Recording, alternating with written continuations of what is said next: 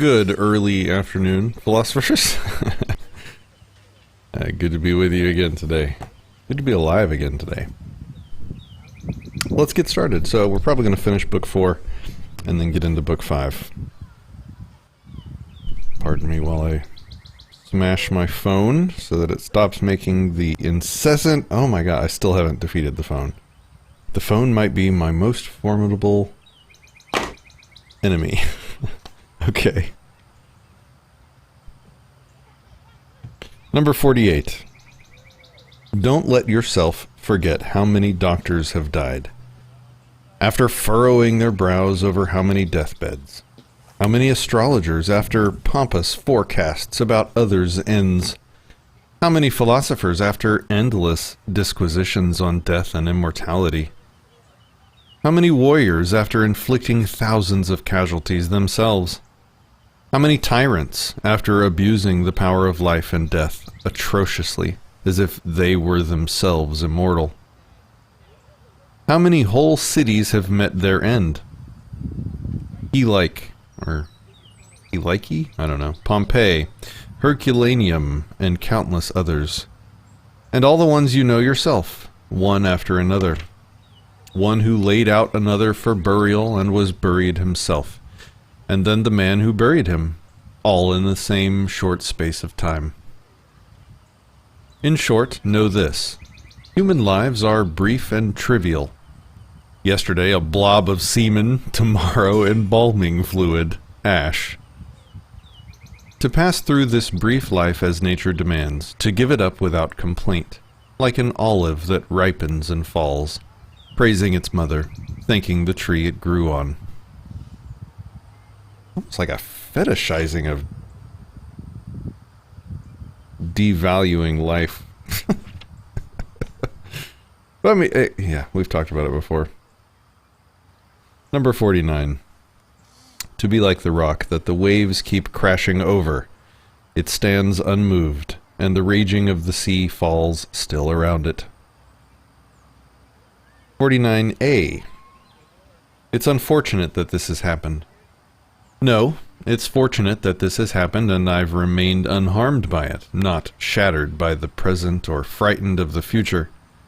It could have happened to anyone, but not everyone could have remained unharmed by it.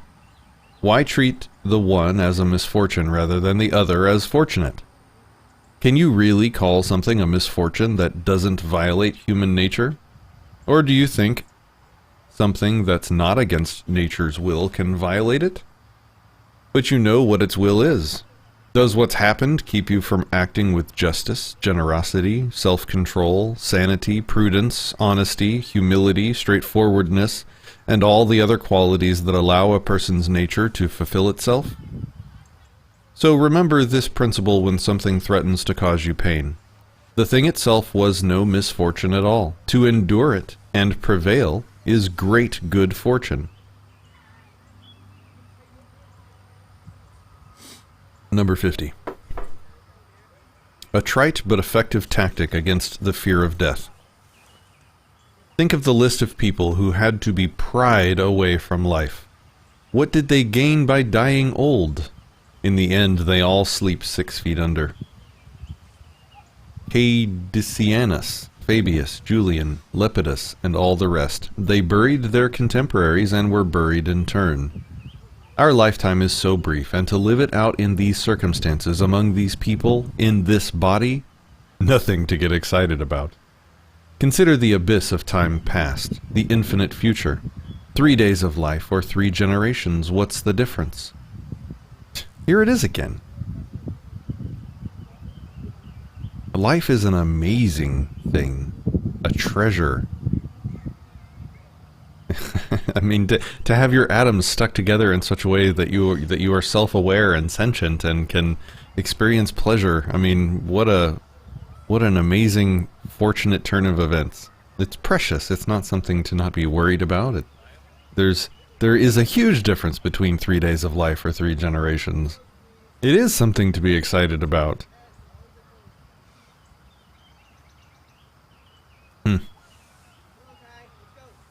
I don't know that we should be afraid of death, but we shouldn't, make it our best friend either. Oh, 51. Take the shortest route, the one that nature planned, to speak and act in the healthiest way. Do that and be free of pain and stress, free of all calculation and pretension. Alright, that's the end of book 4. Let's go ahead and get started with book 5. Number 1. Oh, this is good. This is a good one. At dawn, when you have trouble getting out of bed, tell yourself, I have to go to work as a human being. What do I have to complain of? If I'm going to do what I was born for, the things I was brought into the world to do. Or is this what I was created for? To huddle under the blankets and stay warm. But it's nicer here. So you were born to feel nice, instead of doing things and experiencing them? Don't you see the plants, the birds, the ants, and spiders and bees going about their individual tasks, putting the world in order as best they can? And you're not willing to do your job as a human being? Why aren't you running to do what your nature demands? But we have to sleep sometime. Agreed, but nature set a limit on that, as it did on eating and drinking. And you're over the limit. You've had more than enough of that, but not of working. There, you're still below your quota. You don't love yourself enough, or you'd love your nature too, and what it demands of you. People who love what they do wear themselves down doing it. They even forget to wash or eat. Do you have less respect for your own nature than the engraver does for engraving, the dancer for the dance, the miser for money, or the social climber for status? When they're really possessed by what they do, they'd rather stop eating and sleeping than give up practicing their arts. Is helping others less valuable to you, not worth your effort? I mean, this is a pretty motivational one. I don't think that you have some kind of purpose handed down to you from nature or dictated to you from nature outside of life. Like, once you've chosen to live, then you have some obligations. You need to, take care of yourself and make decisions that comport to living. That's good. Also, this section recognizes that life includes suffering to some degree, to a degree of your choice. It's like you have to take on a certain number of tasks that bring suffering with them in order to live longer. But if you take on too much, then that shortens your life. So it's something that you have to find a balance in, right? Like, to take on a responsibility that will extend your life or bring you more resources or bring you happiness, you're going to be taking on tasks and responsibilities that come with some amount of stress. You're going to be caring about things that come with some amount of stress or some amount of pain or hardship or risk.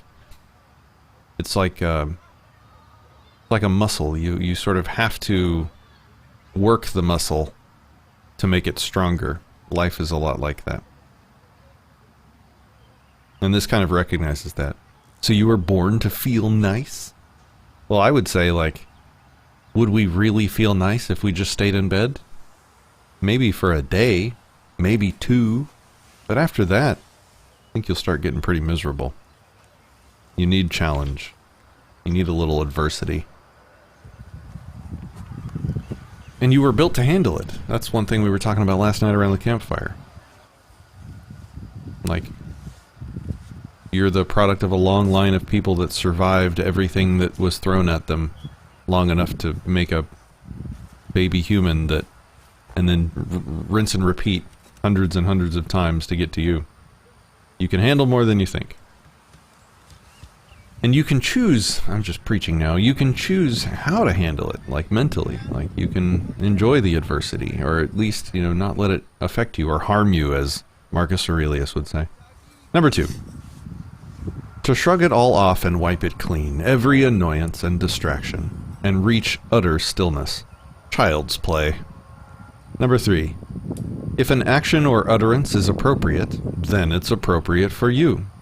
Don't be put off by other people's comments and criticism. If it's right to say or do it, then it's the right thing for you to do or say. That's good. The others obey their own lead, follow their own impulses. Don't be distracted. Keep walking. Follow your own nature and follow nature along the road they share. Number 4. I walk through what is natural until the time comes to sink down and rest, to entrust my last breath to the source of my daily breathing, fall on the source of my father's seed, of my mother's blood, of my nurse's milk, of my daily food and drink through all these years, what sustains my footsteps and the use I make of it, the many uses. Number 5. No one could ever accuse you of being quick-witted.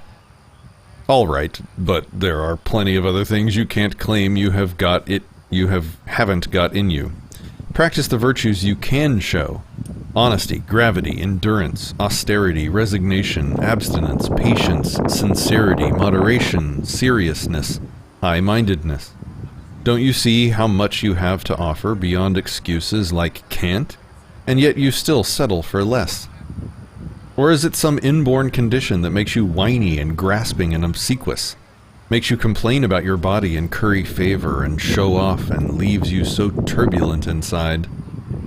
No, you could have broken free a long way back, and then you would have been only a little slow, not so quick on the uptake. And you need to work on that as well. That's slowness, not something to be ignored, let alone to prize. Number 6. Some people, when they do someone a favor, are always looking for a chance to call it in. And some aren't, but they're still aware of it, still regard it as a debt. But others don't even do that. They're like a vine that produces grapes without looking for anything in return. A horse at the end of the race. A dog when the hunt is over. A bee with its honey stored. And a human being after helping others. They don't make a fuss about it. They just go on to something else, as the vine looks forward to bearing fruit again in season. We should be like that, acting almost unconsciously. Yes, except conscious of it, because it's characteristic of social beings that they see themselves as acting socially, and expect their neighbors to see it too. That's true, but you're misunderstanding me. You'll wind up like the people I mentioned before, misled by plausible reasoning. But if you make an effort to understand what I'm saying, then you won't need to worry about neglecting your social duty. Number 7. Prayer of the Athenians. Zeus rain down on the land and fields of Athens. Either no prayers at all or one as straightforward as that. Number 8. Just as you overhear people saying that, quote, the doctor prescribed such and such for him, like riding or cold baths or walking barefoot, say this, quote, nature prescribed illness for him, or blindness, or the loss of a limb, or whatever. Their prescribed means something like ordered, so as to further his recovery, and so too here. What happens to each of us is ordered. It furthers our destiny. When we describe things as taking place, we're talking like builders, who say that blocks in a wall or a pyramid take their place in the structure, and fit together in a harmonious pattern. For there is a single harmony, just as the world forms a single body comprising all bodies, so fate forms a single purpose, comprising all purposes. Even complete illiterates acknowledge it when they say something brought on this or that. Brought on, yes, or prescribed it. And in that case, let's accept it as we accept what the doctor prescribes. It may not always be pleasant, but we embrace it, because we want to get well. Look at the accomplishment of nature's plans in that light, the way you look at your own health, and accept what happens, even if it seems hard to accept. Accept it because of what it leads to, the good health of the world and the well-being and prosperity of Zeus himself, who would not have brought this on anyone unless it brought benefit to the world as a whole.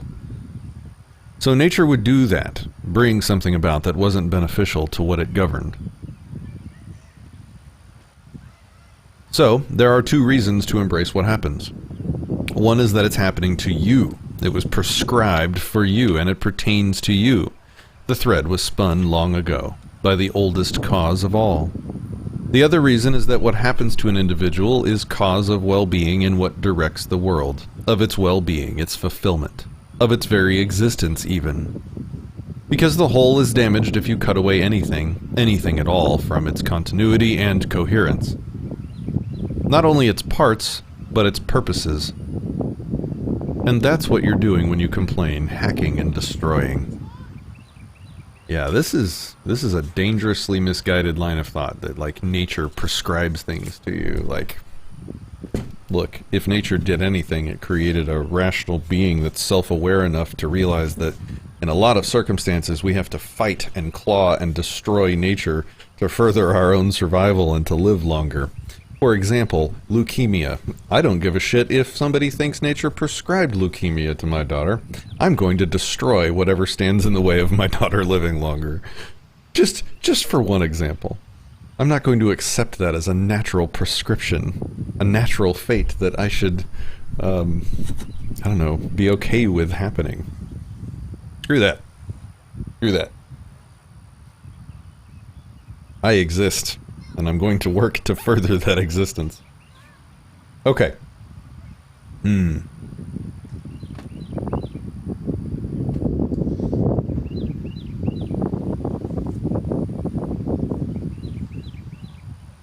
Something I think in book 4 was kind of surprisingly along the lines of what I wanted to think about today.